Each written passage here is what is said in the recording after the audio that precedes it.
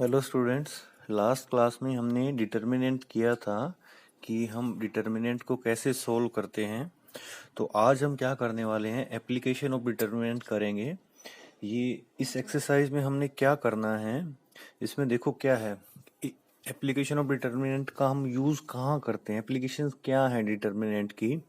देखो सबसे पहले क्या है कि किसी ट्रायंगल का अगर एरिया निकालना हो, area of A triangle, triangle का एरिया फाइंड आउट करने के लिए हम डिटर्मिनेंट का यूज करते हैं। देखो ये हमारे पास एक ट्रायंगल है, इसके तीन वर्टिसेस हैं ए बी एंड सी।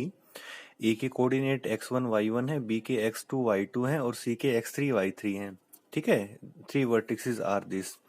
अब एरिया कैसे निकालना है, तो एरिया निकालने का डिटर्मिनेंट में ये एक फॉर्मूला होता है 1/2 x1 y1 x2 y2 और x3 y3, इस तरह से आप इनको लिख लीजिए। और ये 1 1 1 इनको ऐसे लिखना, ये एक 3/3 की मैट्रिक्स बन जाएगी और इसका हमने डिटर्मिनेंट सोल्व कर देना है। मैंने यहाँ पे इसको एक्सपेंड कर दिया है C1 से, मींस आप इसको लर्न भी कर सकते हैं। ये वाला formula 1/2 x1 y2 minus y3 minus x2 y1 minus y3 plus x3 y1 minus में y2। तो इस तरह से क्या होगा, ये एक फॉर्मूला बन गया हमारा। इसको आप लर्न कीजिए। अगर किसी ट्रायंगल के तीन वर्टिसेस दे रखे हैं, x1 की वैल्यू पुट कर दीजिए, y2 की, x2 की, x3 की, y3 की, तो सीधा आपको आंसर मिल जाएगा। सपोज देखो ये हमारा एक क्वेश्चन लिया हमने। एक ट्रायंगल के तीन वर्टिसेस दे रखे हैं 1 -1 2, 4 -3, 5। हमें इसका एरिया फाइंड आउट करना है। तो इस पहले को x1 y1 मान लिया, दूसरे को x2 y2 मान लिया, तीसरे को x3 y3 मान लिया और ये वैल्यू इसके according x1 y1 x2 y2 x3 y3 यहाँ पे पुट कर दी। ठीक है, और इसका डिटर्मिनेंट हमने सोल्व कर दिया। वो डिटर्मिनेंट आपको कैसे सोल्व करना है वो हमने लास्ट क्लास में डिस्कस कर चुके हैं। आप इसको रो से एक्सपेंड कर सकते हो, कॉलम से एक्सपेंड कर सकते हो, जैसे आपको सुटेबल हो आप वैसे कर सकते हो। ठीक है, तो ये तो था कि किसी ट्रायंगल का एरिया कैसे निकालते हैं बाय यूजिंग डिटर्मिनेंट, और हम कह सकते हैं कि एप्लीकेशन ऑफ डिटर्मिनेंट क्या है, कि डिटर्मिनेंट का हम यूज कहाँ पे करते हैं। ठीक है, एक तो ये हो गया एरिया कैसे फाइंड आउट करते हैं। अब इसमें एक चीज और भी है, एक है condition of collinearity of 3 points. देखो कोलिनियर का क्या मतलब होता है, कोलिनियर का मतलब ये होता है कि कोई तीन पॉइंट्स एक ही लाइन के ऊपर है, मीन्स 3 पॉइंट कह लो, 4 पॉइंट्स कह लो, मतलब कि कोलिनियर है। मीन्स एक ही लाइन के ऊपर सारे के सारे पॉइंट्स हैं। अब सपोज एक ट्रायंगल है, उसके तीन वर्टिसेस होते हैं। ठीक है, अगर वो, तो हम उनका एरिया निकालते हैं। अगर वो तीनों एक लाइन के ऊपर हो जाएं तो लाइन का एरिया तो हम फाइंड आउट नहीं कर सकते ना, वो तो पॉसिबल नहीं है। ठीक है, तो उस केस में क्या होगा, एरिया ऑफ ट्रायंगल या जो एरिया ऑफ 3 पॉइंट्स होंगे उनका जो एरिया होगा वो क्या हो जाएगा, 0 हो जाएगा।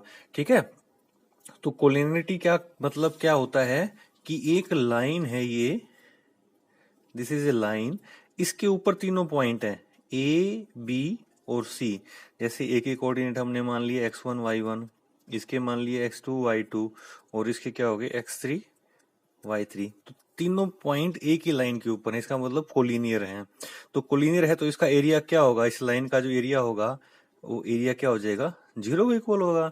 ठीक है, तो हमने इसका उसमें भी डिटर्मिनेंट का यूज करना है कि वो हमारे से कुछ क्वेश्चन पूछेगा, डिटरमाइन 3 पॉइंट्स -1। ये जो पॉइंट्स दे रखे हैं यार कोलिनियर, क्या ये कोलिनियर है?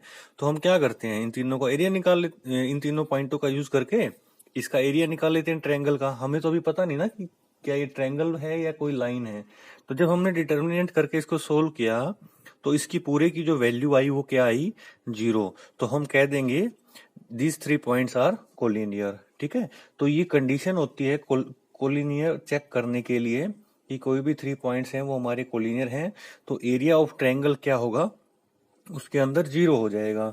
ठीक है, तो इसी का यूज करके हमारे पास कुछ क्वेश्चंस हैं, तो हम क्वेश्चंस को बुक में से देखते हैं। जैसे कि आप ये एग्जांपल देख पा रहे हैं, for what value of x the points, ये 3 पॉइंट्स दे रखे हैं कोलिनियर। देखो इसमें 2 -1 है, इसमें -3 4 है और इसमें x, 5 है। तो इसमें एक पॉइंट मिसिंग है और कोलिनियर उसने बता दिया कि ये कोलिनियर है। अगर कोलिनियर है तो अभी अभी हमने एक प्रॉपर्टी पढ़ी ना, जो एरिया ऑफ ट्रायंगल होगा इक्वल टू क्या रहेगा, 0 रहेगा। अब इसको आपने एक्सपेंड करना है, एक्सपेंडिंग इन्होंने C1 से एक्सपेंड किया है, इक्वल टू 0 रहेगा, इक्वल टू 0 रखिए और इसको सोल्व कर दीजिए। तो यहां से जब सोल्व करेंगे तो हमें x की वैल्यू फाइंड आउट हो जाएगी हमारी। ठीक है, तो इसी प्रकार से और भी क्वेश्चंस हैं जिसमें हमें वैल्यूज निकालनी होती हैं। सपोज हमारे को क्या कहते हैं, इसकी ये x की जगह पे k दे देता है या कोई भी वैल्यू दे देता है, तो इक्वलिनरिटी का यूज करते हुए हमने उसकी वैल्यू निकालनी है। ठीक है, तो आई होप कि आपको ये जो एक्सरसाइज है जो हमने आज टॉपिक किया है ये समझ में आया होगा। अगर इसमें किसी को कोई डाउट हो तो आप मेरे से पूछ सकता है। ठीक है, तो आज के लिए इतना ही।